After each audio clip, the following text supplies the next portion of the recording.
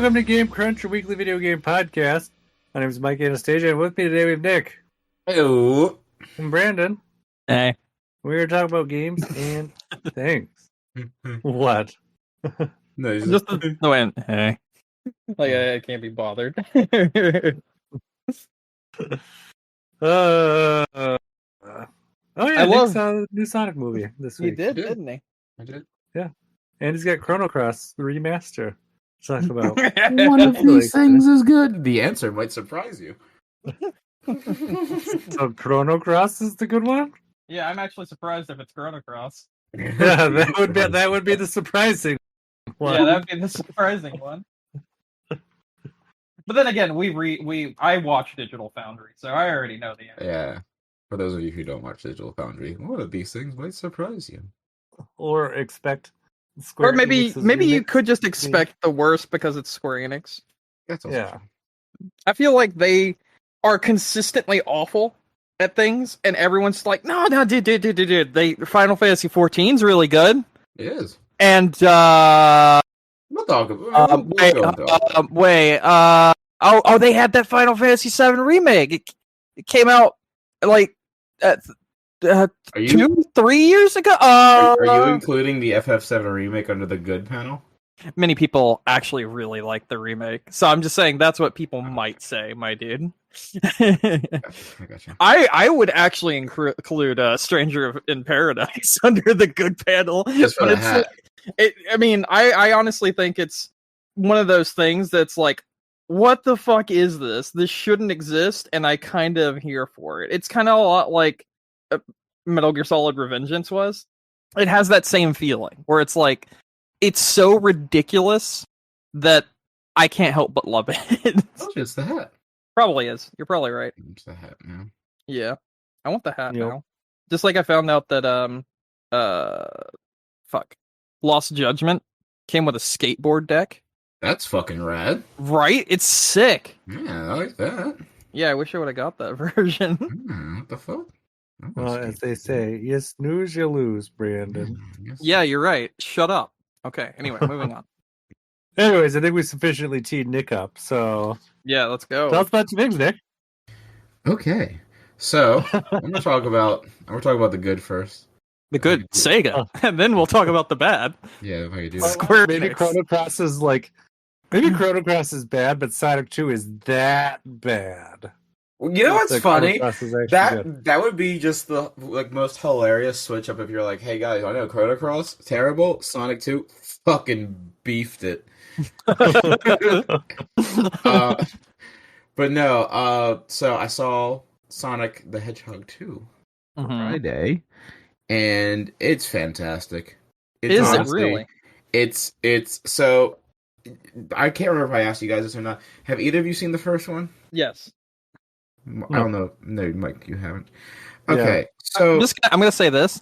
The other week when you asked us the same question, I didn't respond at the time. I was like, because I couldn't remember, and I was Yeah. like sitting here like, I know I started watching it, but like I can't remember anything. I went back. It turns out I fell asleep watching it on Vudu when it first released. So I actually, in preparation for this question, watched the entirety of Sonic this morning. Oh, look at you. So I think you'll agree with me with what I'm about to say. That Sonic the first one, right? Yes. Sonic the first is for a video game movie pretty solidly executed. Absolutely. There are some parts of it that make no sense. I mean, I it's a think- kids' movie. I That's where I'm going well, to chalk up the it making no sense in some parts. I rewatched it Thursday night before Mhm. seeing Sonic 2 because I need the lore fresh in the back of my mind. Yeah, Sonic. Gotcha. of course. Gotcha. Of course. Of course. So like there's some times in Sonic 1 where I'm like, this just makes no sense. So like the first thing that I'm like, what? Is when he walks up to the B-roll of kids playing like baseball and he's like, the playoffs. And I'm like, it could just be a game. It's just a baseball. Like so like I watched it this morning. I actually have some feelings on that. I think that was supposed to show just how disconnected from reality is, where he thinks that small town is like all there is, more or less. Like that's his reality. And that's Maybe. also why he felt so strongly when the guy was going to leave and go to San Francisco, because he thought that small town was like this is the place. This is your world. You should be in this world, just like But, I like, should be in this world. My main thing was I feel like that line could have just been removed from the movie and it was fine. And then like him running around all the bases when he's upset, causing like a fucking massive EMP to go off. I was like, okay, that's cool too, I guess. But like as far as that movie goes, like it's pretty solidly executed. It gets its main points across. You know. Surprisingly, the worst part of that movie was Jim Carrey. I think Jim Carrey was awful in that movie. You do. That's awful in every incredible. movie.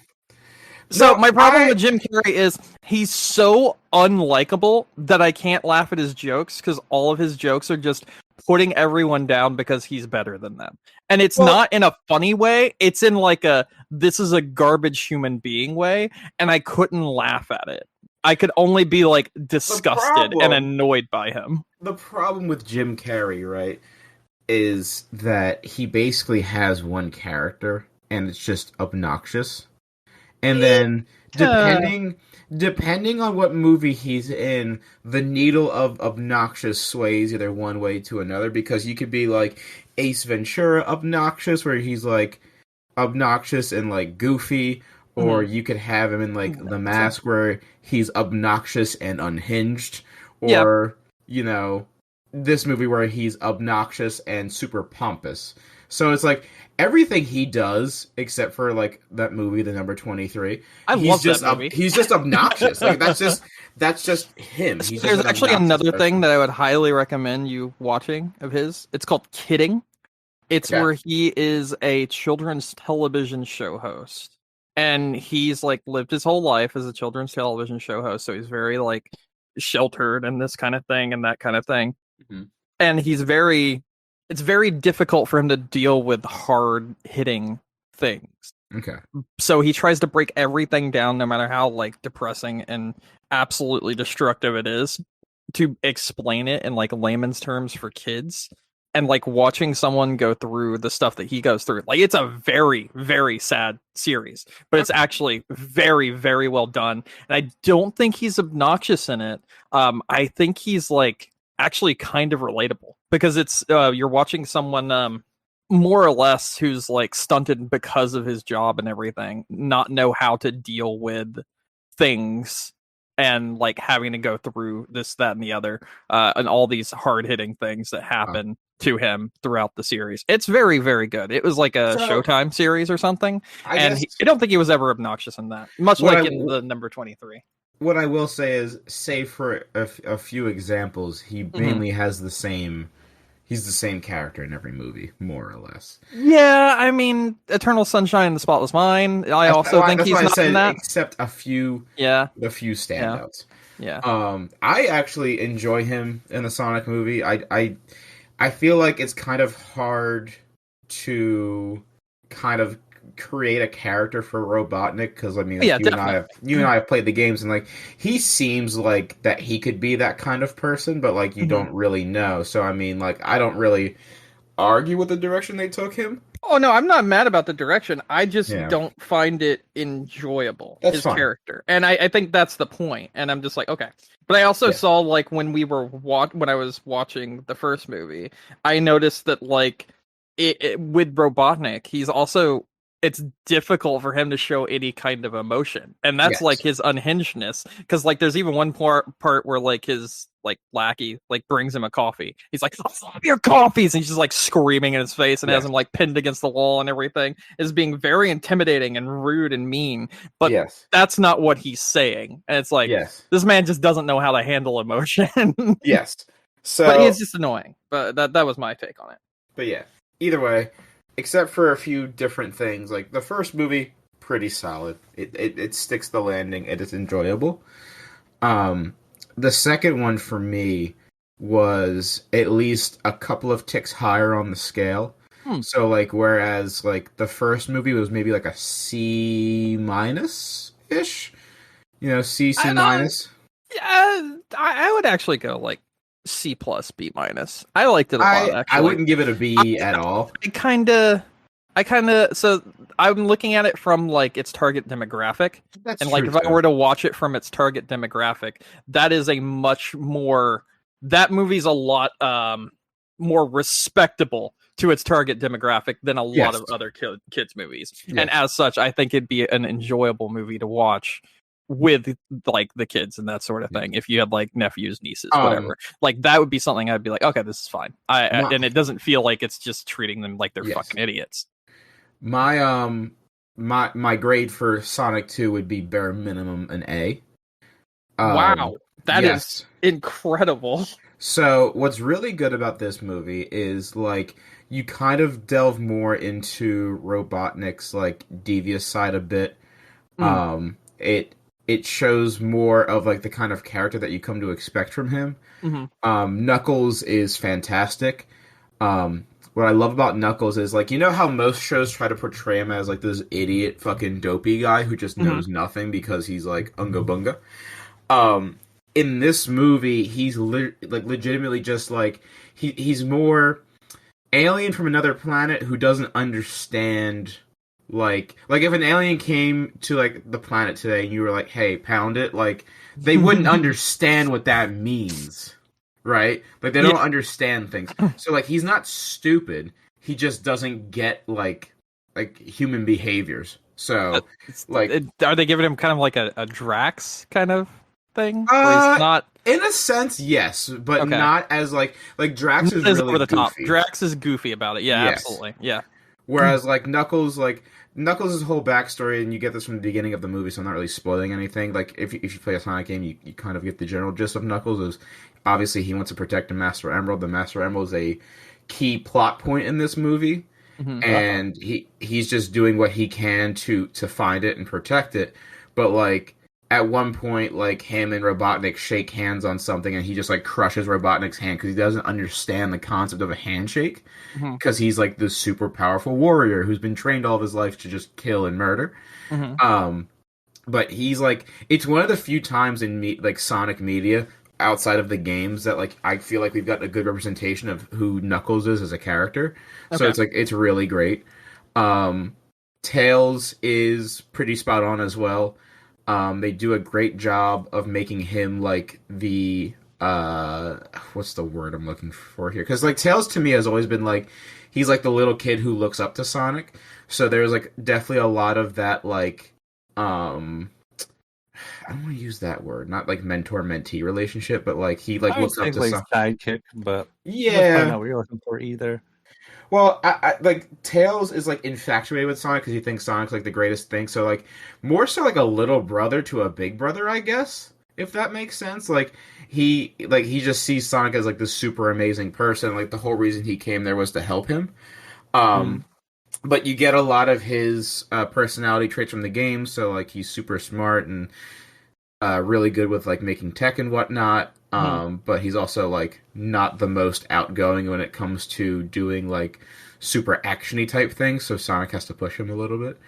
But all three of them, like just in general in the movie, Sonic, Tails, and Knuckles are like just perfectly done. All right, so here's like my question. Yeah. How long after the first movie does this take place? About a year. Okay. Yeah. You actually get an exact day count because Dr. Robotnik is taking trapped like on the tracking mushroom his planet. days. Yeah, okay. So he's like tracking his days. So you do get an exact date. Yeah, I think what you're explaining about Robotnik would actually make him a much more interesting character because they didn't really do enough with Robotnik in the first movie, in my opinion. He just seemed super obnoxious for the sake of being super obnoxious. Yes. You know, he seemed like, oh, this is the humor element, and there you go. But also, this is the bad guy element, and it's like it doesn't work when he's trying to do both. Yeah. Without having a substantial like backstory, that sort of deal. Yeah. So something else I really like too is like this movie is filled with Easter eggs. So the coffee shop. The first one was too. Yeah. Like, very much so. Yeah. But the coffee shop that Agent Stone is working at, because after they separate, he opens up his own coffee shop, which you see in the trailers. It's called the Mean Bean. So like Robotnik's Mean Bean machine. Yes. Yeah, okay. At one point later on. Oh, sorry. I was gonna say at one point later on in the movie, like Stone holds up a manual for something, and it looks like a Sega Genesis manual. Nice. So I was gonna say I noticed something during the first movie, Okay. and I haven't seen it mentioned, but I thought about it. So his badge is designed like exactly the same way as those pointy stars from like the later levels of Sonic the Hedgehog 2. And when I Who's saw badge? that, the policeman that Oh, he's staying with, or Donut yes. Lord as he calls Donut. him, Tim, Yeah, which one? Tom. Tom. There we go. Some other government agencies make appearances in this movie that you will recognize from some past Sonic games. Okay. Mike will hate this movie because at one point there's a helicopter that the tag on top of the helicopter is SA2 with a greater than symbol. So in my opinion, that was the director being like, Sonic Adventure 2 is better. Depends on which side the greatest It was side the is bigger the alligator open was facing towards the Sonic Adventure 2. Oh, that's bullshit. Yeah. I know. But no, like, I just left my whole train of thought because of that. Sorry. But no, there's like a lot of really cool Easter eggs to kind of like for like the people who have grown up playing the games can like kind of peek out and find. But it is still like very much so like a very good kids movie while also being still entertaining to somebody like myself who's 28 years old. So just all around like really fucking good. Like I'm actually seriously impressed that they were able to not only make a better movie than the first one, but like really nail it as good as they did. So, So yeah, no, it's great. you think this movie makes it valid for them to go for a cinematic universe? Yes. For one reason, there is already a Knuckles TV show announced. Okay. So I feel like for that, it Like could based go off of this Knuckles, the Idris Yes. Elba one? Okay. Yes. So I feel like it could go one of two ways. Either A, it becomes like showing you like Knuckles' like upbringing when he was like training to be like the deadly warrior that he is. Okay. Or it would be like B, him kind of doing his own thing because I mean in the video games like Knuckles doesn't really hang around Sonic and Tails all the time. He just he's out doing his own kind of thing. Mm-hmm. Yeah. So it could be more centered around that. So there's no details about that yet. But because of our Marvel overlords, every movie has an after credit scene now. Yeah. And like even like Schindler's List is like after credit scene. I'm like, sir. So there is a pretty fucking sweet after credit scene that extends the movie into a possible third one. And it leaves it very open ended, so they can kind of go anywhere they want with it. Okay. So I don't know where they're gonna go with it. I have an idea of what they're gonna do. Okay. But in terms of how that's gonna kind of formulate, I don't know. But like I want to go out and see this movie again. I thought it was really fucking good. Nice. That's good. So I want to see it as well. no, like do it because like my bar was set at the first one and they surely surpassed it. So I've explained my issues, but I did hear recently that apparently movies from theaters to home, like with the movie theaters and that sort of thing, is now set at 45 days. Okay. So there's entirely a possibility that like in a month or two I'll be able to just see this at 100%. home. So I'm actually pretty excited to see if that comes along because I really want to see it. I felt like Spider-Man No Way Home kind of came out on digital pretty quickly. I already have the Blu-ray Did not. here. It came out 5 months later. No, the new Spider-Man? Yeah, because it was... The newest Spider-Man came out like before fast as December? Wasn't it before December? Hold on. I don't remember the actual... Let's see. Let's do the Googles. No Way Home came out December 17th. Okay, then you are right. It came out 3.5 months later, I think. Yeah, which I feel like that's pretty fast. I just got the Blu-ray for that in the mail yesterday. Nice. I watched that a few weeks back. It was really good. Yeah. But yeah, I think you're right because what was I seeing recently? Like, there's some other movie. Oh, like the Batman's already coming to HBO Max. Oh fuck yeah! When? Soon. I don't know when, but I know soon. But like, you probably won't. I really want to see that movie. So I will say you might have to wait long for Sonic 2, only because it's killing at the box office. Yo, are you fucking kidding me? What? So Sonic 2's opening weekend made $71 million. Batman comes out April 18th on streaming services. That's like this weekend.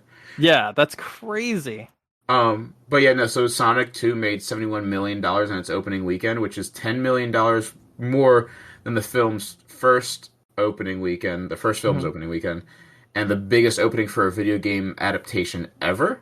Okay. The second biggest opening for a film this year, and Jim Carrey's biggest opening of his career.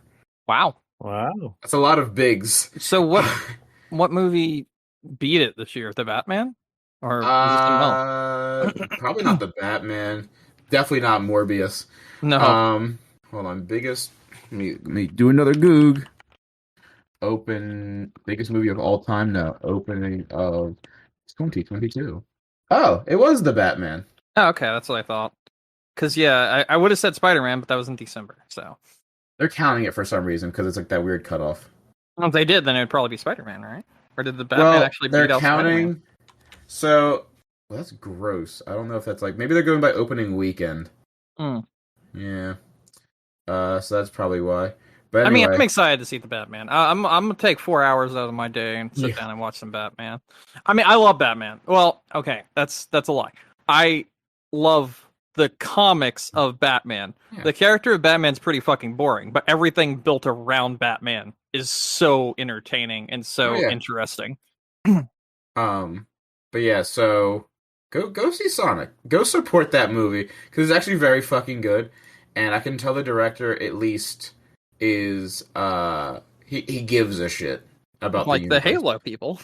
He definitely gives a shit. Like, it's great because it's pretty like succinct with the games, but also takes a lot of its own kind of creative freedoms that still makes sense within the universe, Mhm. and like is a perfect balance between like a kids movie and a movie that like an adult would enjoy. If So, you can't watch the movie now, but you would like to pre-order it, I know it's so weird. There's currently actually a sale on Vudu for $25. You get the first Sonic movie and Sonic 2 once it releases on Vudu. Yeah. That's actually a really good deal. so yeah, go see that. It's very good. It's very good. And stay for the post-credit scene because that is also like I left the theater fucking excited. Nice. It to me was more exciting than some Marvel post-credit scenes, That's awesome. which maybe doesn't say a lot because some Marvel post-credit scenes are just kind of like, oh, okay, that's kind of weird. Yeah, shawarma. Yeah, there's the shawarma. But yeah, so there's that. Now I get to So talk about the Wikipedia cool... has. Oh. I was just say Wikipedia go has ahead. the top 4 2022 titles as Batman, Uncharted, Scream, and then Sonic. Of course. Yeah. Well, Sonic probably did better afterwards. Well, I mean, it It depends. might on have what been that was opening located, weekend. so. Might have not been like gross. That might be gross so far for like money earned. Yeah, But so this is like, the highest opening grossing weekends. films of 2022. So that's that one. So Yeah. that's that. Mhm. So there's that. Now the one game that I did play this week Mm-hmm. was the Chrono Cross remaster, Uh-huh. and it's the stinky. It's not good. Uh-oh, stinky. Poo poo. If you were playing a 20-plus-year-old game on a modern console, you would at least bare minimum ask it to do like 30 frames locked. Where are you right. playing it at? I'm playing on a Switch, but it Okay. doesn't matter. The platform does not matter. I know it doesn't, because I've seen it played on a PS5. Yikes! So, the good folks over at Digital Foundry actually did a pretty in-depth look at the game itself. So, to give you an idea, the remaster itself has updated the like character textures and models, which in my opinion makes it look very ugly at times, because like you get that where the models are super HD, but then the backgrounds still look old as fuck, so everything just kind of sticks out. The game itself looks pretty ugly because you have these quote-unquote HD textures on top of like just the regular old backgrounds. Yeah. So it kind of goes back to what I always talk about, which is like just because a game looks prettier doesn't mean it's better. Yeah. Like certain aspects of a game are prettier. But like instantly, like just hopping into the game, the first 10 seconds you can see how shitty it runs, because like the character movements are just super janky, and like they're just kind of skipping around the screen, and Yeah. it's not solid whatsoever. The actual combat of the game too actually has much lower frame rates, like somewhere in the tens. Yeah, I saw something that was really funny. Yeah. Like the guy was like, "The game looks fine to me," and like he like uploaded his view from like off camera, recording his Switch in handheld mode, and like you could clearly see the literal second more than one person was on the screen, it dropped like 15, 18 FPS. It went way down to like 12 FPS, even lower than that in some cases. What's when you funny, set off the special abilities. What's funny, and I'm gonna quote from the Digital Foundry article. They said, to put it bluntly, frame rates on PS5 and on Switch are as low as the PlayStation 1 original version.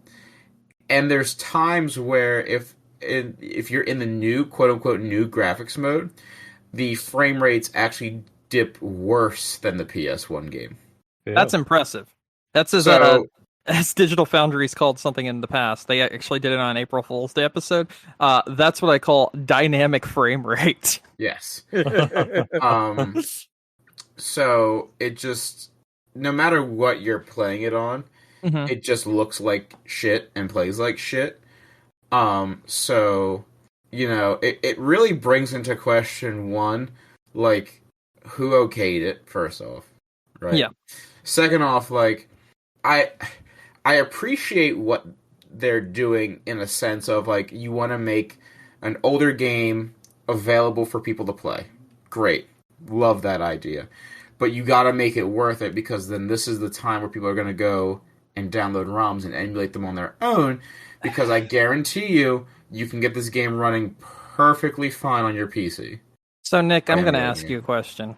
Yes. I think you might be a little bit naive thinking they actually did this so that they could share the wonder and whimsy. It's more so because they want to keep the fucking trademark. I know that. Exactly. But at the same this is time, just shit out cash grab so that they won't lose the trademark on the game itself. Yes. And so that they could be like, emulation sites, strike them, attack, because we just gave you this wonderful, special version that's upgraded. Why would you want an emulation site? Rawr! Yeah. That's exactly what's going to happen. But yeah. Like, I don't know. It's so horribly executed, and I have hope that it'll be at a playable state at one point, because the Chrono Trigger port on PC, when it first came out, was hot garbage. Yeah. And now is at least very much so playable. Mm-hmm.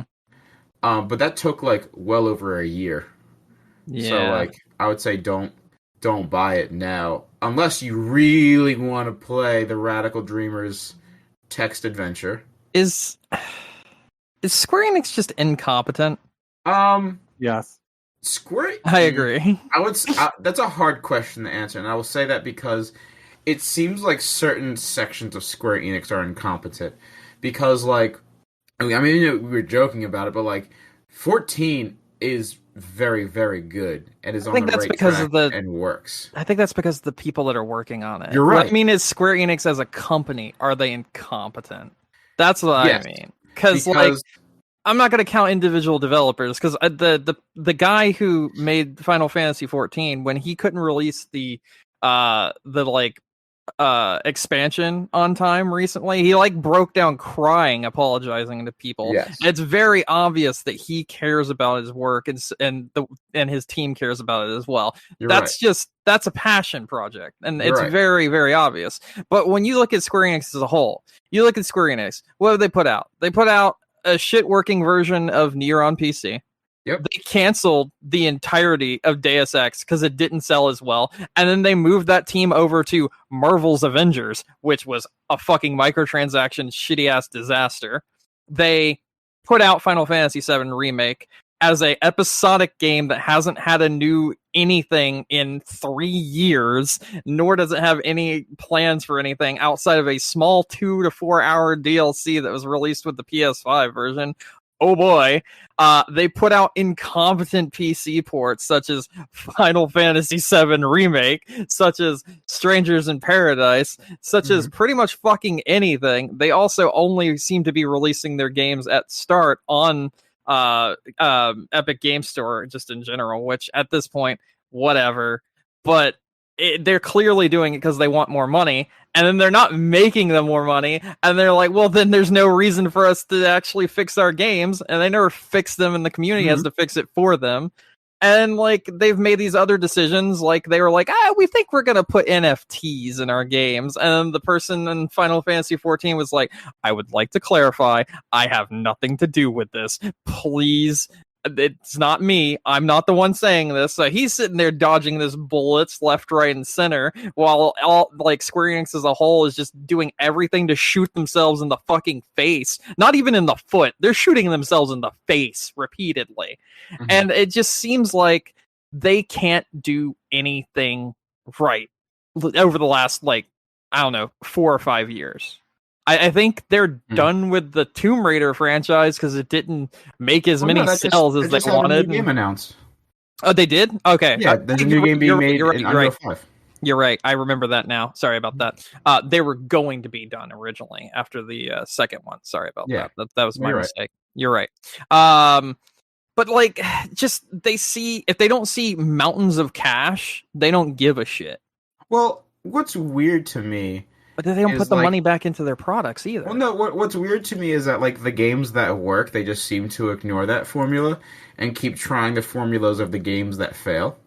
Yeah. So like at this point, shit, they have the worst release game of this year. I forgot about that. Which was what? Babylon's Fall. Oh yeah, I forgot that was a thing. That's a Square Enix game. That's a game that they released because they said they wanted to make games as a service their go-to thing for their upcoming series and everything. And that was their way to test the waters. They released a barely functioning game that's literally just a glorified mobile game where you have to log in every day, even be able to do anything with a bunch of timers and bullshit. Like, but what I'm saying is, it's like, it seems like at this point it's a toss-up whether or not you're going to get something decent or something not decent, because at the same time, all those games that are shit, like I said, besides 14, you also have, I forget what the name of the studio is, but the people that make like those weird name games like Triangle Strategy and whatnot, like those games are legitimately good. Yeah. They are legitimately very solid, whether or not you like them, right? Because like I don't personally like, I played what was the other one? Octopath Traveler. Octopath Traveler, yeah. Like Octopath Traveler, to me, like I can't follow all the intricacies of that game. There's just a lot going on. But it works, and it works well, and it looks good. I think you're like, what? I'll have a conversation with you about that. Octopath Traveler is really not that complicated at all. Like, have you sat down and played it, or is it just like one of those ones where you like looked at it? I've played it in terms of gameplay, or. Yeah, that's what I'm confused by. The gameplay is not complicated. There's just a lot of story elements going on. Yeah, it's very long. And depending on how you play it, is how the game plays out. So, like, I just lose a lot of my crumbs while playing that game, and I get lost in it very easily because there's just a lot of things where you're like, okay, I was just doing this, now I'm doing this, now I'm doing... Like, I learned about, like, 5 new characters within, like, the inside of an hour. I'm like, what the fuck is going on? So, that's but fair. like, outside of that, those games run very well, they look very good, and they do very well, just like Triangle Strategy also does very good, and plays very good. I played the demo for that. Do I understand what's going on? Nope, but I love playing it because it was fun. So, like... And that's just another case of a very dedicated group of developers that give a shit about their product. It's just weird how, like, they can ignore the success of some of their developers and then just continue to poop out just... absolute fucking stinkers. I mean, isn't just because they want money? I mean, like that seems like the main reason. Bottom line, like, yes, that's the whole reason for the company, right? The whole purpose of the company is so they can make money. I'm not even talking about that. I'm talking about them being greedy. Like, they just poop out the stinkers because they know people will give them money because they can coax off their name. Well, Like yeah. it's not a fact of like, oh, it's a company, they got to make money. It's a fact of like they are clearly exploiting people based on people that will buy anything that has Square Enix slapped on it. So they'll just shit out this, that, and the other, so they can make a few bucks here and there, and then they can go make the thing they actually really want to make, which is very like manipulative. It sucks I agree. really badly. No, I agree with that. But like it's what they're doing, and I mean I've got all their shit on ignore at this point because I'm just so sick and tired of the way they actually treat their fans, and the way they deal with things. I'll buy their stuff when it's like on sale at some point. I didn't even touch Triangle Strategy. I want to touch Triangle Strategy. I'm excited to play that at some point in time, but I don't want to give them money. I don't think Square Enix deserves money. But that's fair. Like, and that's a completely fair statement to make. I mean, I don't give Bethesda money anymore, and I've stayed true to that because I think they're a shit company. But like, that's what I'm saying is that like, Doom Eternal? I borrowed it. Played it. All right, fair. It, no, that wasn't me trying to like catch you in a catch-22. That was just me curious. I was very confused for a second because I was like, wait a minute, I think you played that, didn't you? I borrowed it. Yeah. So, but that's my thing is like, it's just really weird. But yeah, what I hate is that like you're shitting on people who care about your product. Because like my problem is that like I really love that IP in particular, like the Chrono, if you want to call it that, like the Chrono IP, quote unquote. I never really like Cross. Cross is like not the most popular one, but yeah. Not something that I really got into. But my thing was like, and you can agree with this, you can disagree with this, or whatever. But I feel like, especially at the time Trigger came out, but even Cross, because I feel like they're fucking still great. Backs. Yeah.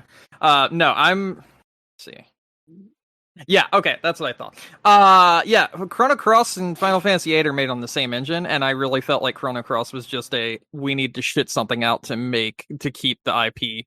At that point in time, we have the Final Fantasy VIII engine, let's make Chrono Cross. And then Chrono Cross didn't really feel connected to Chrono Trigger that much. It just felt like we used the name so that we could continue to have absolutely the better title that should have been. Saying, the whole, not necessarily Chrono Cross in particular, but like just the whole universe of what they've got going on there. Fan of Chrono Trigger, but like there was no way for me to recommend character players in the dream teams or of Dragon Quest, a director or Final House studio of like, well, these guys made like, I don't know. If you go on Amazon right now, you can get the greatest hits version of Chrono Cross for PS1 for $27.99.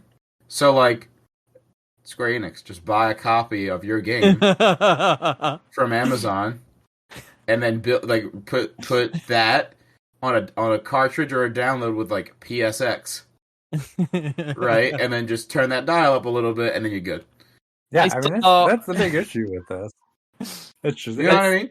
Absolutely. And I think that's, like I said, I think that's the big issue with this one. Like, you know what? I feel like we could be a bit more lenient on if they're like, hey, you know what? We completely like updid everything, redid everything, all the graphics are updated, the engine's new.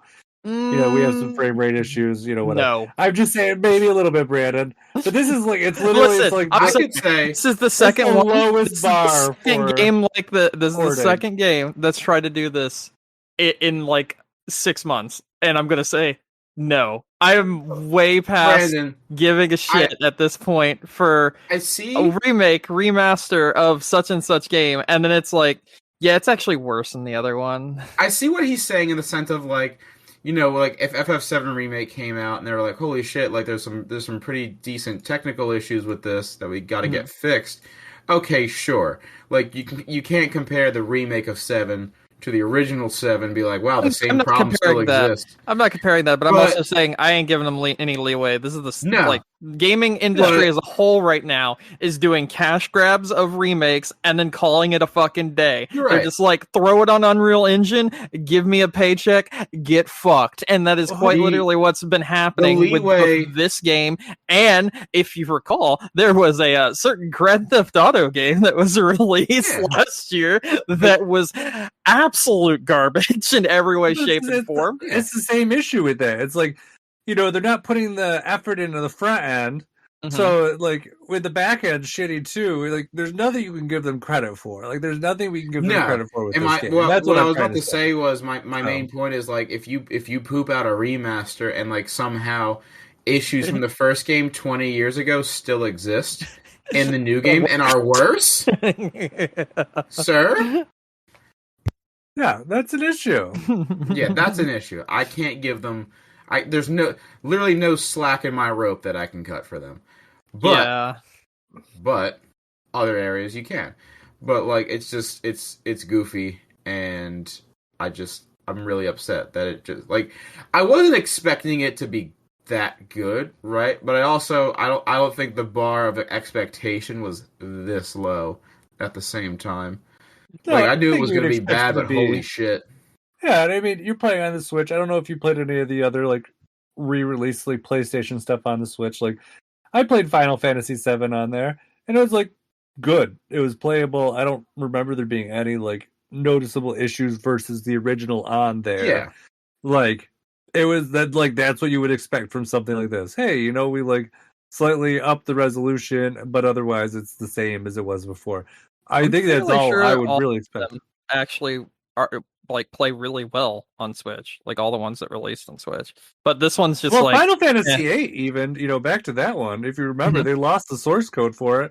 Yeah. So they fucking rebuilt the game based off the assets that they had from, like, the disc or whatever. Which, by the way, is the same thing they did for Chrono Cross.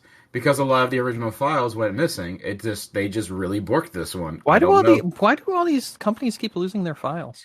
Mainly because it wasn't practice back then to archive a lot of things. Yeah.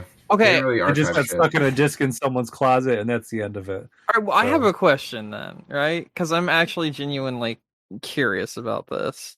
So, like, clearly, like, they don't have the files and this, that, and the other. Why is it that then, and this is a serious question, because I don't fully understand it myself.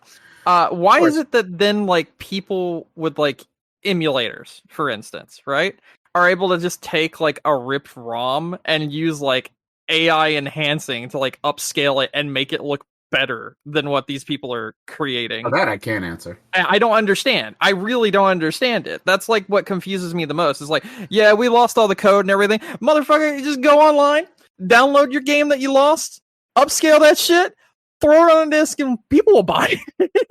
Yeah. That's why I said go on Amazon. Go buy the game on Amazon. It's right there. Like, I just don't get it. Because it's like, I mean, it doesn't make any sense to me. Yeah, it is very doesn't. nonsensical. It doesn't make any sense that I could pay nothing and have a better experience than those that are, that, you know, it just doesn't make any sense. Brendan, Why what is makes it? sense is what you said earlier, is that it's just a cash grab just to have them. I know. It's just. That's just the long and short of it. It's just a cash I know, grab. but like, they're also using at least some. If they're having to rebuild the game from scratch, right? They're at least using some money.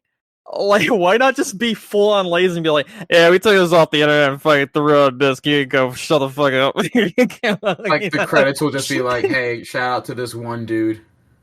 Shout out to this one dude who stole our game and put it on MU Paradise. Yeah. Shout out to I mean, MU that's literally Paradise. Nintendo did that with some of their games. They got caught reusing like using a Mario, like Super Mario Brothers, like Yeah.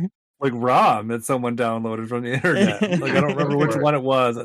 Yeah, I mean, I think it might have been like the Wii like Virtual Console re-release. I think that's the one that had it.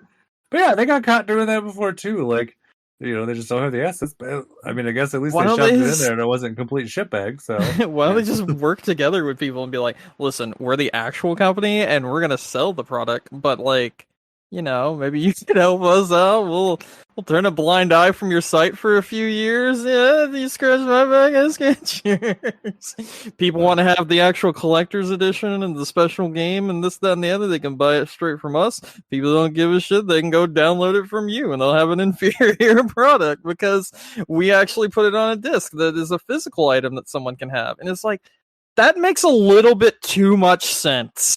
Why has no one ever attempted it?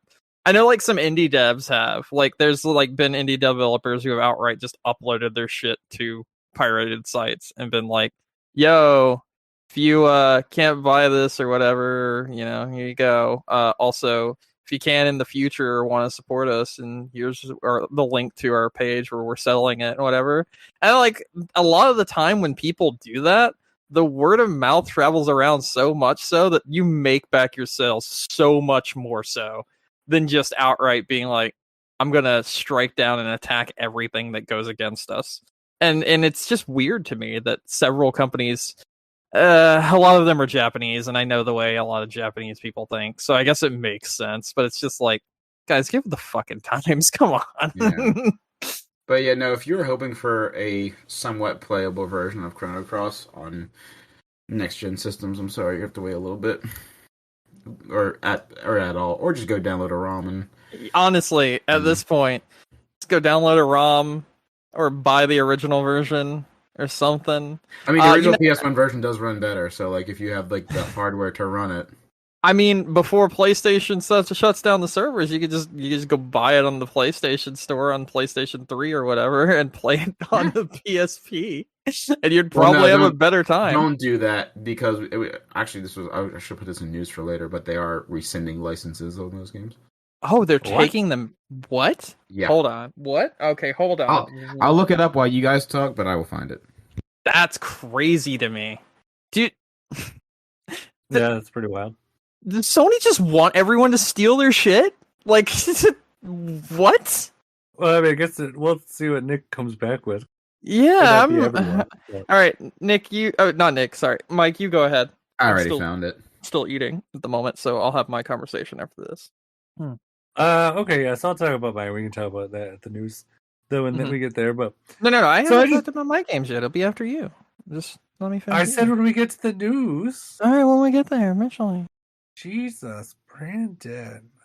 Cool. I just played some Mario stuff this week. That's all.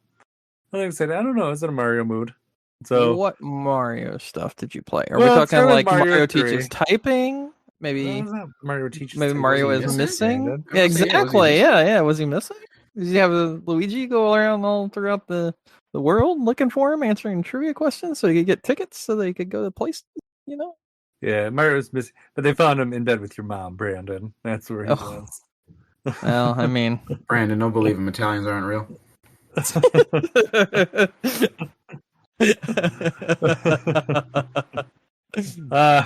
Anyways, yeah, so I started out playing Mario Brothers 3, and I just kind of like blitzed through it really fast.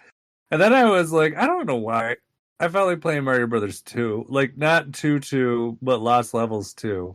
Okay. So, because I had started playing it when the Mario 35th anniversary was there, and they put out like Mario All Stars. So I played like half Mario. Yeah, that one. Yeah. And then what was it? I saw something, and apparently there's like some extra bonus levels at the end of Lost Levels if you get to the end of the game without warping. And I was like, I don't actually think I've ever actually seen those. So I was like, well, I'll just finish the last 4 worlds that I have. And I realized, again, why Lost Levels was never released in the US properly. Because it's Satan's game. It's like I don't know how anyone legitimately beat that game in Japan when it was released. Because, like, you need to be a masochist. Like, it's just this horribly cruel, evil game. You said Japan and masochism in the same sentence. I mean, these are the same people that brought us all the Souls games. All right, it's pretty obvious. I think it's worse than the Souls games. Brandon, I would like you to sit down with like Lost Levels proper and try. Bro, you do know that I played all the way through. I want to be the guy, right? I want to see you play through Lost Levels proper, like the NES ROM, which you can. They have it on the Switch on NSO. You can play it that way if you really want to. Nick, you know what I want to be the guy is, right? Yeah, no, I've heard of it. Yeah, it's. Brandon, this game is hell. Satan. This game is all right.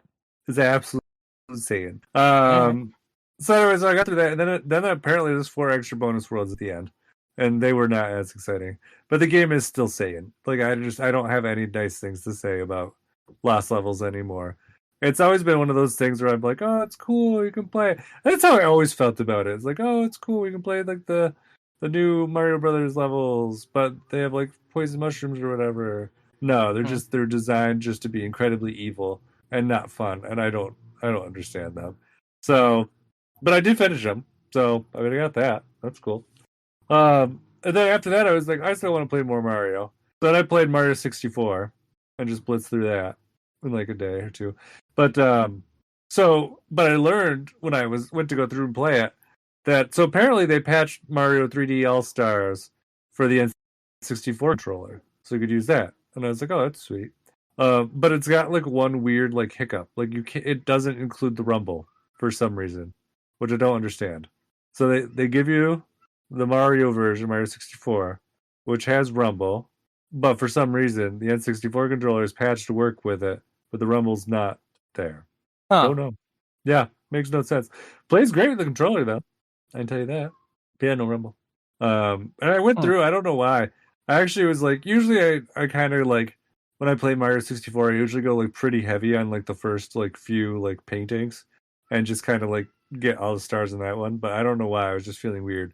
And I was just like, I did a couple stars here, a couple stars there. I did like worlds I don't usually go to, like wet. I think it's wet dry world. One where like you're in the city and like you can change the water levels. I almost never go in that one, and I just went and like fucked around and got a couple stars there. I don't know why. I was just like I'm just gonna fuck around and do different things in this game than I usually do. I barely even touched the ghost house, which is like my favorite place to be in that game. Yeah, I don't know, which is fun. So then after that, I was like, well, there's one more Mario game I really want to play. So then I booted up Galaxy 2, which I think we talked about it before. Like it's amazing, fantastic game, and it's trapped on the Wii or Wii U, depending. So yeah, I started playing up that again. I turned on my Wii U, which is I've never unhooked it. It's always been sitting there, and I don't remember why. I have Galaxy 2 like downloaded on the Wii U. I don't remember why I did that, but it's there. I have it. So I didn't even have to go and find my disc for it. I just booted it right up and started playing it. And it's so much fun. I love Galaxy 2. I think it's the best like proper 3D Mario. So that one's a lot of fun because you get the Yoshi stuff. Shit, it's a lot harder than I remember it being, but I think it's just because it's been so long since I played it. And it's just fun. I like fucking around in that game. I like Galaxy a lot. Galaxy's great. Galaxy is Galaxy is good really series. Yeah. Yeah. Just I like how they like refined Galaxy and Galaxy 2 to make things a bit more streamlined, like no more of that observatory bullshit. Mm-hmm. Like you just get right straight to the levels you want to do. And you got the Yoshi stuff there. The power-ups are great. It's just a blast. I love it. I hope it comes to the Switch again someday. If they ever figure it out. But I guess I didn't realize, because I remember they said the reason they didn't do it before was because of like how much it relied on like the pointer and stuff. And I did not remember how much it relied on the pointer. Like it's a lot more than I remembered. So I think they would have a hard time just translating that so it could be played only with like with the Switch Lite. Like we know you can't disconnect the Joy-Cons. I don't think that would be possible. Disconnect the Joy-Cons? Sure. You would be good. Because I mean they've made that work with everything else. But yeah, no, because you're like you got Yoshi and Yoshi's tongue's flying all over the place. And then you got to use it to like launch yourself. There's a lot going on there. There's no way to make that work. So I think I'm only like one world in through the Galaxy 2 so far. I think it's all a really fat time to play. Yeah, I think so. But I feel like I got like 6 or 7.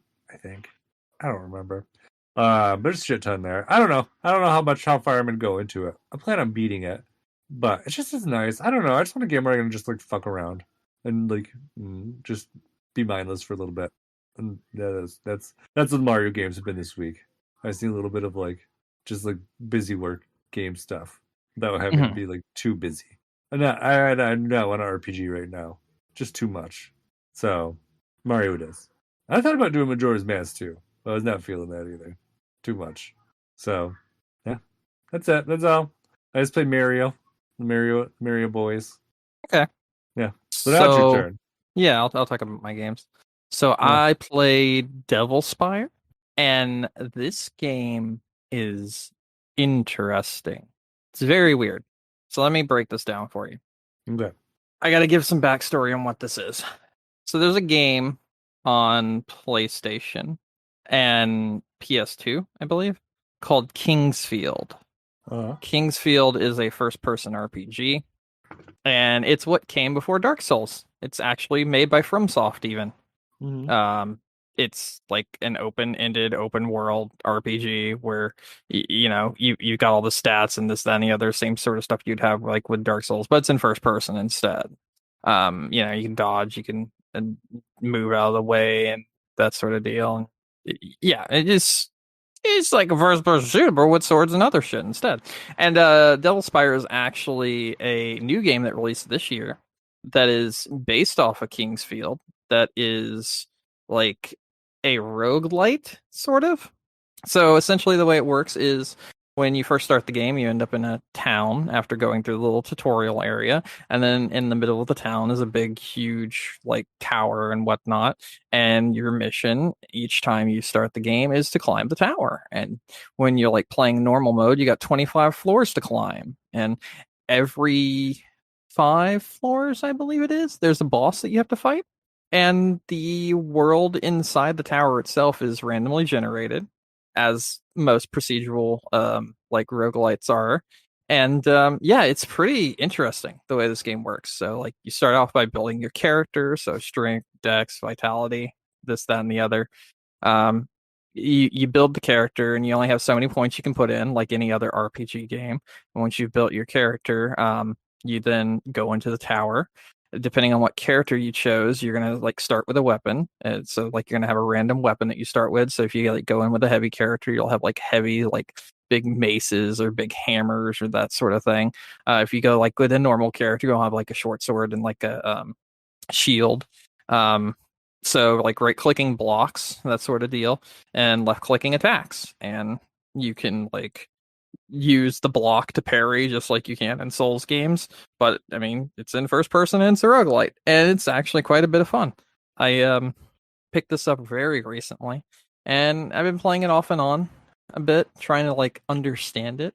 And it's very good. It's very weird because it doesn't really tell you anything. So like what I'm explaining to you is way more than the game tells you. Okay. It just kind of drops you in and is like figure it out. In fact, like the developer made a joke because someone said they made a mod where at the beginning when you start the tutorial level, instead of a note on the ground saying to explore and gain knowledge, they changed it to say fuck around and find out. And the developer commented on that person's mod and was like, "This is perfect. The developers must have missed this, and this should be included in the full release of the game." But yeah, there's a demo of this, so if you don't know if you're interested in it, it's only like $10. But I would say check it out if it sounds interesting and weird to you. This is just like one of my picks this week for a random indie game that you should definitely check out because it's worth your time. You're going to notice over the next few weeks, a lot of things I will have will be Steam games because I'm finding games that are Steam Deck verified because I'm actually working towards getting my Steam Deck in the coming weeks. Mm-hmm. So there's that. So I'm trying out several games and seeing if any of them would be good. I'm getting ones that are like good for on the go, if you know what I mean. So like this is definitely an on the go kind of like 5 minutes, 10 minutes here and there kind of game. So I grabbed it because of that. So there you go. And then Core Keeper is a game I bought a few weeks ago and hadn't touched until very recently. Core Keeper is similar to something like Terraria or Stardew in that it's one of those kind of games, one of those crafting games, one of those building like houses, this, that, and the other kind of games. And the way it works is when you first start the game, you're like dropped into a cave, and you can play with up to 8 people. And in the cave, what you're supposed to do is dig around down in the caves, find different biomes, explore, and basically like craft a society more or less down there, while also fighting the bosses you come along and find. And this game's been really interesting because we found things like chasms and whatnot, and like big, huge open areas. And by doing things, you gain levels. So if you want to be a fisherman, then you select fishermen and you go out to places where there are lakes and you just start fishing. And as you fish and catch fish and stuff, you gain levels in fishing. And if you want to gain levels in like farming, then you get the seeds. You dig around in the caves and you plant them and you harvest stuff.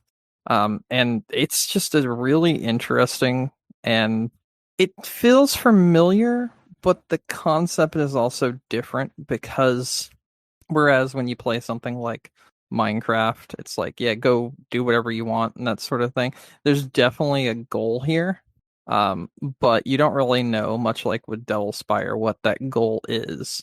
So you're just kind of exploring and finding out what this world is like. And it's really neat. It's definitely worth giving a look. It's like this one's another one I got because both Steam Deck and because I thought it'd be a fun online game. And it is a very fun online game. And yeah, it's like $13. Definitely worth trying out if you like things like Terraria, Stardew Valley, or Minecraft and stuff like that. So there you go. Those are my 2 games for this week, and that's all I have to talk about. So bye. Bye. All right, you guys ready for news? Mm-hmm. All Yeah. right. There's news. There is news. News. News. I can talk about this one even though someone else wrote it. Preload copies of Advance Wars. Reboot. Go live. Yep. I saw that. I saw that, yeah. Yeah. So Yep, it looked yep, like yep. it was in Europe. Like apparently, like they just didn't cancel the pre-orders like they were supposed to, and then the day hit, and they just turned on. The one person I only saw one person on Twitter posting about it, so I don't know if there was more. But they were like posting clips about it, and people were like, "What are you doing? Like, how do you have this?" And she's like, "I don't know. I just got a message on my Switch saying I could play it." And they're like, "You were the only person." It was just you. So they said they got to play through, like, I think at least through the introduction and maybe like one of the levels before Nintendo like rescinded the license and officially canceled their pre-order. I'm just taking it offline and just kept playing it for a while. Like, that's just me. So, but I think that's pretty wild that they just like, oopsies, didn't mean to do this. But also at this point, I kind of feel like they should have just been like, whatever, just keep playing. Who cares? Yeah, so I feel like when something like this happens and the game is very clearly finished, they should probably just release it. I get the reason why they took it down and didn't release it and delayed it and everything, but clearly what's going on in the real world will be going on for quite a while. Yeah. I think... I wish it was that easy. I think their best option would be to release it and just... if they truly care, right, about what, like they say they care, donate a portion, do some kind of donation to the cause, and then release the game for people. That would be the best thing they could possibly do. It would prove we truly care, or are pretending to truly care, and it would also give the people that purchased the game the ability to, you know, play the game they originally purchased. Yeah, that sort of thing. I actually think that's I think that's a good idea. Proposal. Yeah, and I can understand because I mean, like, the story of the game is kind of like scary close to the actual real world events. Yeah, where it's like the fake Russian country is actually invading their neighboring country. So I can see why like they wouldn't want to, you know, tread too deeply into that. But you're right. Like, how far out is it going to go? Like, obviously, like this conflict has gone on longer than. Also, like, here's the other thing: this game already exists. Yeah. Like, you can play this on Game Boy Advance. I don't think Nintendo's running around grabbing everyone's Game Boy Advance copy and being like, "Give me that back." You know what I mean? But obviously, the big difference is though, like, they're not going around advertising it right now. I think that's the big thing. Like, they want to be out there and be like, "War is fun," and then you know, like with everything else that's going on, because for some people, war is not a great thing right now. Yeah, totally understandable. Like, I understand. I'm sure they'll probably. I think the unfortunate thing is, like, when this game does like resurface again, it's probably just going to be shoved in like some little corner and just be like, "All right, it's out now." Yeah. It's just going to get the quick, like, 2-week turnaround. Here it goes. Good day. Good day. God bless. Like, we'll see you later. So, it's too bad. And unfortunately, this is the second time that this has happened in this game, which I did not realize until this whole thing came out. But apparently, like, originally, when Advance Wars came out. It came out on September 10th, 2001. Oh, So, man. yeah. So Yeah. it came out in the US and then it got promptly delayed everywhere else. So, oopsies. Yeah, this is just a apparently cursed this is a cursed series. Yeah. Yeah. So, yeah, not really. They're just not great timing. Whatever, honestly, that's another reason they should just slip it out there. Don't set another release date so it just doesn't coincide. Have a chance to coincide with anything. Just let it just go out on its own. I kind of agree with you there. I just think it just needs to happen. Just be like, hey, you found it. There you go. Yeah. No, actually, I think the proceeds idea is a great idea. I mean, some people would be taken cynically, though. Yeah. Unfortunately, too. But, I mean, I think it's probably a more, like, I think, ideal way for them to go. So, Yeah. I don't know. Yeah. But we'll see. I'm sure it will pop up on a release date list sometime before the end of the year. I'd be surprised if they push it. Because you're right. It's a done game. It's completed. Yeah. People are sitting on it. And it's probably the only people it's hurting is probably the studio that's just waiting to get paid. Mm-hmm.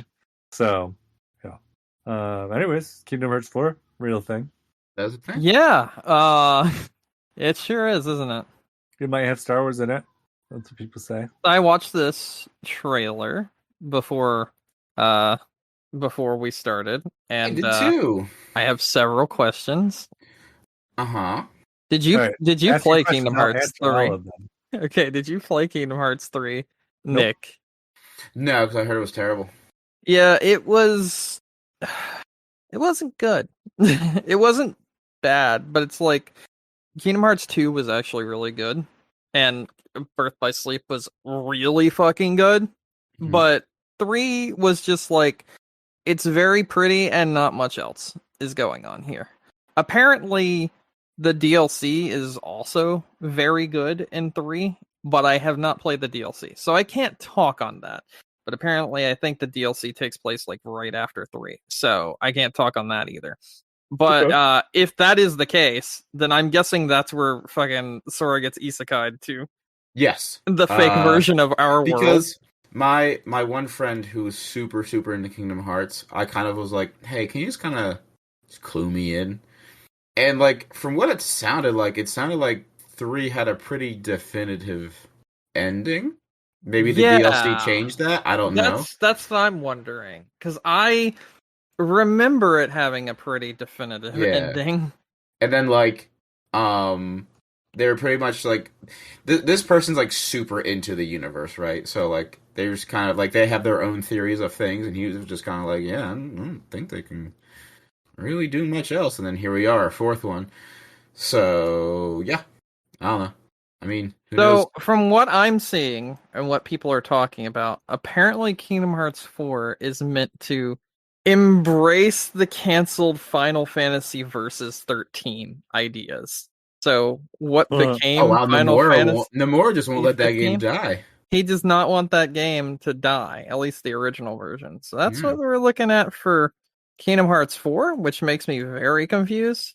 Yeah, I'd say so. So it looks good. I'll give it that. It looks very good. Actually, you want to know something really funny about that trailer? It was made in UE4. The game is being made in UE5. Of course. So, like, what you saw there wasn't actually, like, anywhere near the final thing in, like, the most extreme. So let's talk about this for a second. Yeah. UE5. I don't know how any company is, I mean, not a company, but any developer is going to use that on current hardware. Okay. I am very confused. So, to give my thought. Oh, well, that's where you're confused, Brandon. This game is not coming out on current hardware. Okay, all right, hold on. I know Kingdom Hearts 4 probably won't be out for another 10 years. I get that, but my question is, and this is a bigger question. Goes beyond Kingdom Hearts 4. Do you actually think that we're going to get Unreal Engine 5 games running well on the current PlayStation 5 and Xbox Series X? The current one, the one that you have in your house right now. Can I give a multifaceted answer to that? Sure. Yes, but not from Square Enix. Well, that's a very good point. That's a very good. Maybe a development house that has better QA. Maybe Square Enix, and not so much. Okay. First of all, very fair point. Second Very of all, reasonable. have you played any of the Unreal Engine 5 Maybe I don't fucking know. stuff for PS5 slash? I mean, my PS5 games have been very limited in terms of what I've played, so I'm gonna probably say no. Okay. Because I think the only game that maybe is made in UE5, maybe, and correct me if I'm wrong, is what, Tiny Tina, the new Tiny Tina game. It is not in UE. Okay, so then, because the only truthful next-gen games that I've played on the PS5 are, like, Returnal, which I know doesn't run UE5. Yes. And, like, nothing else, I guess. Let me spoil this for you. There are only two things. There's only one thing that can be played in UE5. That right Matrix now. thing, right? That's correct. The Matrix thing. The Matrix Awakens. Did That's not the use that only yet. UE5 that you can use on PS5 or Xbox Series X. Okay. And let me spoil it for you. It runs at less than 30 FPS. Not good.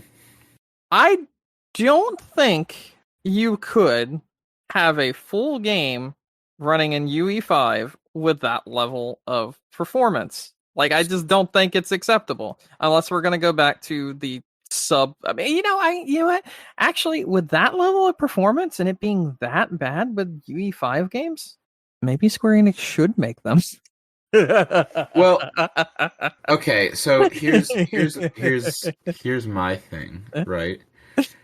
I, without a doubt, right, know that this game was, like, I feel like there's some people who think that this game was coming out in, like, a year or two. Oh, no, I don't think that. And to those delusional people, I say, huh? So, like, that's the kicker is, Brandon, is it doesn't need to work on current gen hardware, because chances are it will not come out until we either A, get some sort of pro version of both consoles, or B, new consoles come out. Yeah. Because I think the only console that could competently run a game in UE5 at this moment, and this might seem a little weird because on paper the consoles are pretty much the same, is the Series X. And I only say that because it seems like Microsoft's tech wizards kind of know what they're doing when it comes to the software. But other than that, I don't think it could run on anything current. Maybe the Switch, but no, it couldn't run on anything current. It could not run on anything current. I don't personally believe that it could. So, yeah. But that's the thing, is, like I said, like, I don't think this is coming out on current gen hardware, because I don't think that's a possibility. So, it's weird. It's weird. A lot of odd, weird things about it. Yeah, I'm looking right now at the games coming out anytime soon that would run on UE5, right? Okay. And I actually am not seeing any at all any games? at this point. Yeah. Okay. I don't know. I think UE5 won't be for this generation. I'm seeing some reports saying that Fortnite currently runs on it. Does it? Maybe. That's what I'm seeing in some reports. Well, the other thing is we got to look at too, right? Is there's the only other game that I know that's been announced, like, so far too, like, that's guaranteed for UE5, is the next Witcher game, which just got announced. So I don't even think that's for this generation. So, like, I don't know what games are currently for this generation that are UE5 and actually, because, like, Fortnite might be on UE5, but that doesn't necessarily mean anything. You know what I mean? Like, Fortnite in and of itself isn't a very intense game. No. So, like, there might be aspects of UE5 that show off in the game, right? But, like, to solely say that that Fortnite, the game, in real time is running in UE5, I think is a misnomer. I think they're running some light UE5 wizardry while like still running it on the base game. So apparently, what I'm reading here is that development of, as of this season of Fortnite was shifted over to Unreal Engine 5. And it currently is running on it. However, like, we haven't got all the bells and whistles, much like That's what you I'm were just saying. and they haven't gone that far due to not wanting to make like a stark contrast and destroy their fan base, more or less. And that's Plus, the other thing is too is like have shown off in-engine like content. So I remember this because I actually watched it and I thought it was very neat. So several people made miniature movies using Unreal Engine 5. yes. And it was actually super fucking cool, and it was shown off in Fortnite while you were playing Fortnite, like in a picture-in-picture in the bottom right-hand corner. When they were announcing Unreal Engine 5, they showed off things that they had already made in it. Several of them looked really neat. I actually think Unreal Engine 5 movies would be really fucking rad, to be honest. Okay. One of the first games that would have been running on it that we are definitely not getting now, and I have no idea when we'll be getting it, is Stalker 2. Yeah. So there's that. So yeah, we really don't have anything to go off of right now for Unreal Engine 5, to be honest. We have tech demos and like ideas. That don't work. And that's about it. Yeah. So basically a bunch of shit that just does not. It's just not there yet. It's just not. Yeah. So yeah, I mean, I think like that could be a good indication that this game's not coming out anytime soon. But I'm trying to figure out too, right? Like, why announce it so early? Is there anything that Square Enix was trying to dodge at the moment? I think it's actually the anniversary of Kingdom Hearts right now. Yeah, but like, if this game's not gonna come out for like 5-6 years, why now? Like, I don't. What's the anniversary for it right now? 20th? 20th. Yes, correct. Yeah. So what I'm saying is like if we have at least 5 years until this game actually comes out, like I feel like it would have been more hype to like announce it at like the 25th anniversary and then come out and be like, "Oh, by the way, next year, bitches." Like, I don't know, it seems really weird. Yeah, but Square Enix is stupid. They like to announce things way before they are anywhere near like, being released. I mean, I guess Kingdom Hearts is the only game that really falls into that category because, like, I remember when Final they announced Fantasy? No, absolutely not. Because Kingdom Hearts 3 Bro, do you think Final Fantasy 16 is releasing anytime soon? Because I sure as fuck don't. I No, do. it is not. I think it's coming out not this year, like this coming year, like 2023. I don't see it coming until like 2024, 2025 at the earliest. But my thing is like Kingdom Hearts has that beat by like just fucking miles because Kingdom Hearts 3 was like announced back before like the PS3. So, yes and no. Let's get into that real quick. Kingdom Hearts is a very special case. You can say convoluted. Oh no. When I say very special case, everyone assumed it was Kingdom Hearts 3 that was coming out. It was not Kingdom Hearts 3. It was Kingdom Hearts bullshit spin-off game number 375 days times 452 over 6 or some fucking bullshit. That's just what Kingdom Hearts does. All right? So like I don't think it's so much so that we were waiting forever for Kingdom Hearts 3 to be announced. Mm-hmm. As it was that we were waiting forever for a mainline Kingdom Hearts game to be announced, but we never actually got that any indication that the thing that was shown to us at the end of Kingdom Hearts 2 was Kingdom Hearts 3. And in fact, it wasn't Kingdom Hearts 3. It was a spin-off side story. It was, at the time, it was, I think, Birth by Sleep that was shown off. Maybe even the DS version of Kingdom Hearts. I can't remember which one, but it was Birth by Sleep that was shown off more so at the end of Kingdom Hearts 2 than Kingdom Hearts 3. In fact, Kingdom Hearts 3 has nothing to do with any of the prior shit that had been shown off during the Kingdom Hearts games. Okay. Except for like the very final thing in the 3DS version, I think it was. So I think it's more of the convolutedness of Kingdom Hearts is what makes us think it took so long for them to announce Kingdom Hearts 3 after they showed it off, because we didn't know what the fuck they showed off in the first place. and then they just release so many different side games. But I do have a case for Square Enix literally showing off something and then not releasing it forever. And that's Final Fantasy Versus 13, as we were just talking about. That, yes. Yeah. So, I mean, I think Square Enix just does this. It's just what this side of Square Enix does.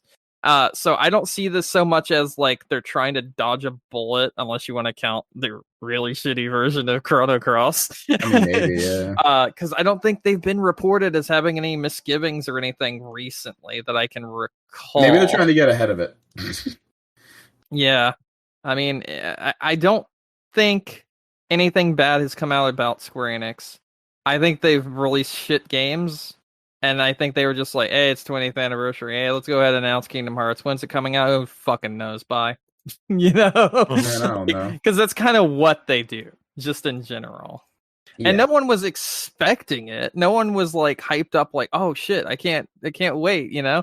And it's not like they were like coming soon or anything at the end of the trailer. It literally just says magic in the making, which means they're just working on it. It's just something they have an idea to make it. Yep. It's not like they pulled a Ubisoft where they're like, yeah, this game, it comes out next year. And it's like they released that game 6 years later, you know? It's not that kind of shit. It's not the Division levels of bullshit.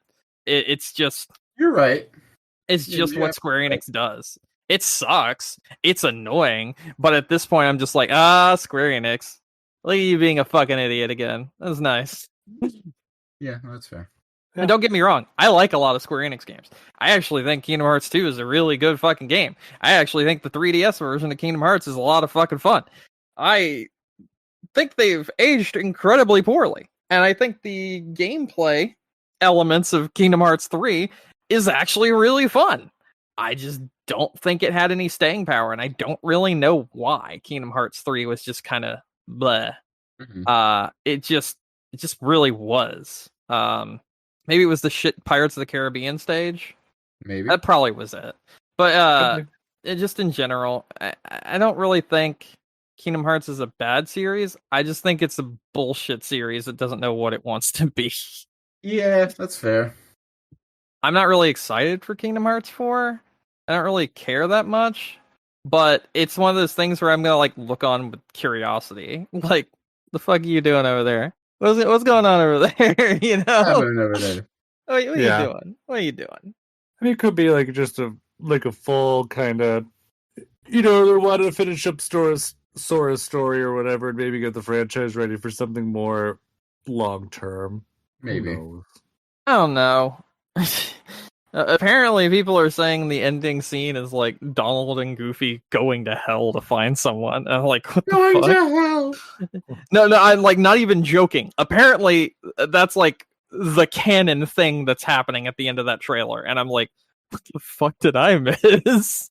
It's so weird because Kingdom Hearts is one of those games where it's like, oh shit, man, you didn't read that one verse that was in like this sticky note that we put out over only in Japan on the third Tuesday of a fucking, you know, August or something. Yeah. It's like that's how convoluted shit gets when it comes to Kingdom Hearts. It's like, excuse me?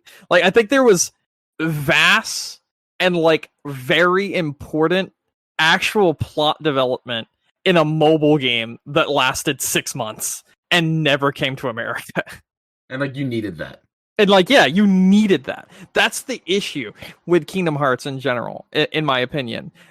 A lot of the side stuff, it's not a case of like this enhances the experience. It's a case of this is the experience. And if you miss anything, it's like tuning in going from episode 1 to like episode 200 and hoping you understand what the fuck is going on. But YouTube's for, you don't need all that shit anymore. Yeah. I think this goes beyond explanation. I think you have to be a certain amount of actually mentally unstable to understand Kingdom Hearts at this point in time. I can feed into that outside of this because I know another person who's very into it. It's just like, okay, you like the characters? They look cool. They got neat spiky hair. It looks very edgy. Cool. Whatever. Anime. You like the fact that it's got some cool shadowy figures that are in the background. Cool. Whatever. You like the fact that it crossed over with what I think is one of Square Enix's actual best series, The World Ends With You. Sweet. Neat. Awesome. By the way, that happened, Nick. Apparently they exist in the same universe. Oh, okay. Anyway, all the stuff that Kingdom Hearts does should make it awesome, but then it's like, and the guy who writes the story for Kingdom Hearts, he's like 3 buildings and like, away, like maybe a block away, and he's like hearing what we're talking about for the game through one of those paper cups that you have a line attached to that stretches a very far ways away. He's just listening in to the people that are working on the game, and then he writes the story based on that. And I'm just like, yeah, that sounds about right. Yeah, that makes sense. Because it's so convoluted. Because, like, all right. So I'm going to try to say one thing that I remember that, like, was explained to me, and I just sat there and like, just stared blankly, more or less. At one point, Sora loses his heart, but instead of dying, it actually creates another version of him, and that other version of him is in a parallel world, and because of that, then that's the world that he exists in, while he exists in the world that he already exists in. Okay. And as such, you're able to experience it as both of them because he's his nobody. And that person's world eventually starts crumbling around them because the two worlds are fusing back together, because that's the only way that Sora can have his powers back or some shit or whatever. And then after that, that person like ceases to exist, but they do exist in your memories. They were lost memories, apparently, that happened when you got your mind erased back in some mobile game that was released on the GBA that was actually a card game that played completely different from the other 2 games that released. And that game, like, the further you went up in the towers, the more of your memories were taken away from you. So you didn't remember that you had a nobody at the beginning, and he just had like his own little world. This is like the very, very vague bit I can recall from like Kingdom Hearts 2, and the reason why you play as Roxas. It's because he's a offshoot of Sora. He's like what was created of Sora when Sora lost his heart at the end of Kingdom Hearts 1, because of Kingdom Hearts being created by or being opened up by Riku after he had lost his heart. It was the bad man, but then like I think Sora gave up himself or something to save Kairi, and it caused him to nearly die, but he didn't die. He just had a moment where, like I said, that nobody was created and that nobody was Roxas. And that's the reason why at the beginning you're like, why the fuck am I playing as this kid? That he has no fucking point to being here, except he's actually integral to the story, but you wouldn't know that if you didn't play the GBA game, which was a fucking card game on a handheld that was on a different system completely to the original PlayStation releases. So it's like, excuse me? Yeah. And then like apparently the DS was explaining the how many ever days that Roxas actually existed, and when he used to be a member of Organization 13, which are the hooded figures that like are responsible for trying to resurrect an ancient wizard known as Xehanort, and he's supposed to bring about like something. I think it's to do with Kingdom Hearts. I don't know why you're trying to explain this anymore. I was gonna say, I feel like this is gonna keep going on. Like, I'm not trying It's to, just- like, it's a lot. I understand. I'm just saying, like, that's one game. Yeah, I know. It's And that's one why game. that's why I hate the series, because it's fucking Yeah. convoluted It's as shit. just so convoluted and dumb. And it feels so disjointed because of the fact that it's a single series where every spinoff matters. Ugh. Yeah, so okay, it will suck. Yay. Jesus. It will suck. Yeah, no, I don't know if it'll suck. It probably It Comes probably out. it probably won't be as bad as Kingdom Hearts 3. I think Kingdom Hearts 3 just didn't feel right. Like when playing it, like something felt off about that game, and I don't know what it was. And the really weird thing is, Kingdom Hearts is the one, like 3 is the one that made like the most sense. Mm-hmm. And that might have been what was wrong with it. There was no bullshit that I didn't understand. So it's just like, oh, okay, cool. Oh, perfect. Yeah. I don't know.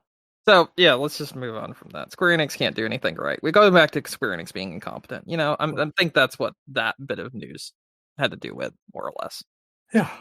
Anyways, Nick, so it's back to you with that. Your news that you teased earlier. Oh yeah, actually have to do with Square Enix.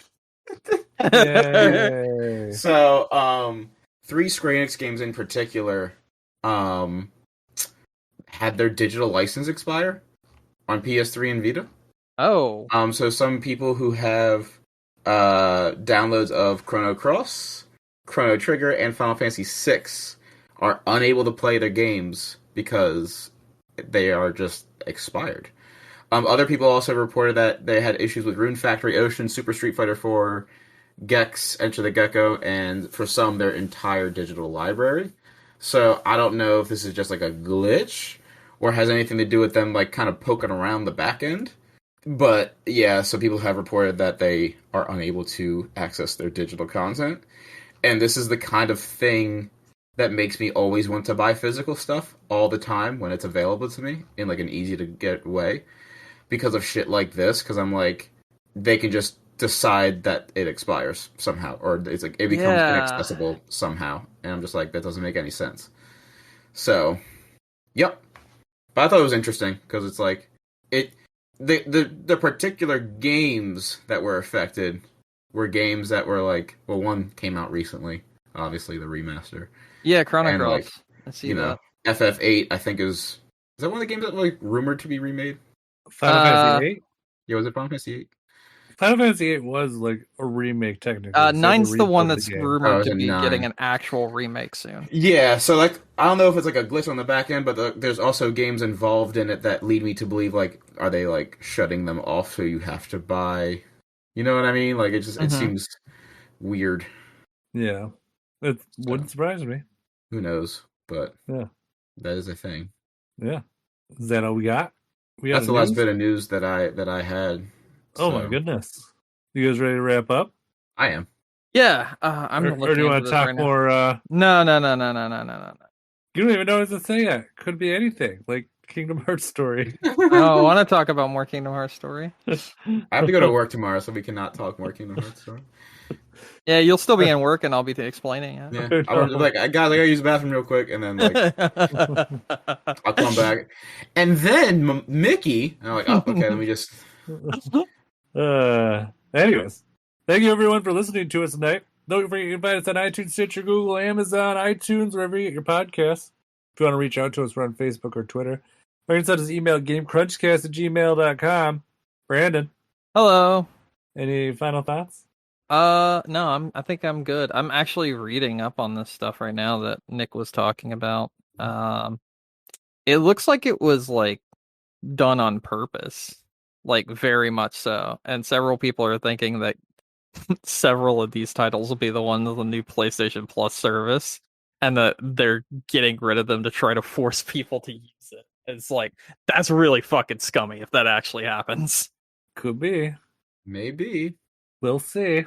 Who knows? Anyways, Nick, you got any final thoughts?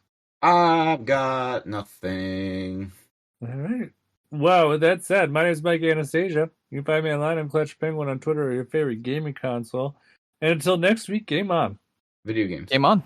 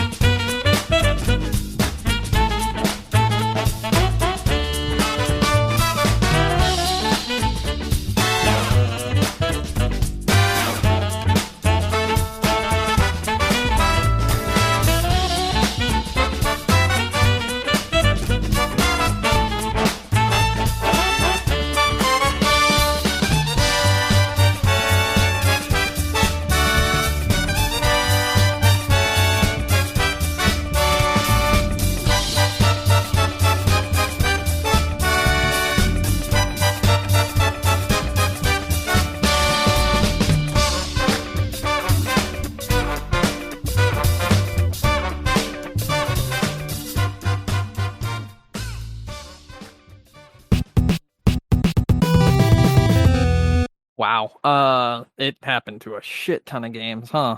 Yeah, it happened to a lot of different things. That's why I'm like, I don't know if it was an accident because they're poking around their insides, or if they were legit like, I'm gonna turn this off, and then you guys got to do this now. You know Well, what I mean? several people have found that the expiration date is 21/31/1969 now, Well, like that's which what's has weird been about it is changed on like all of them. that seems like a very arbitrary number. Apparently, that number is a specific number. That's the first number, like some kind of computer integer, like backend can recognize, Yeah, and as such, like that should be the starting thing, not the ending thing. yeah. So it's like a off switch, more or less. Like it Okay. really was just straight up turned off. You're not allowed to have this anymore.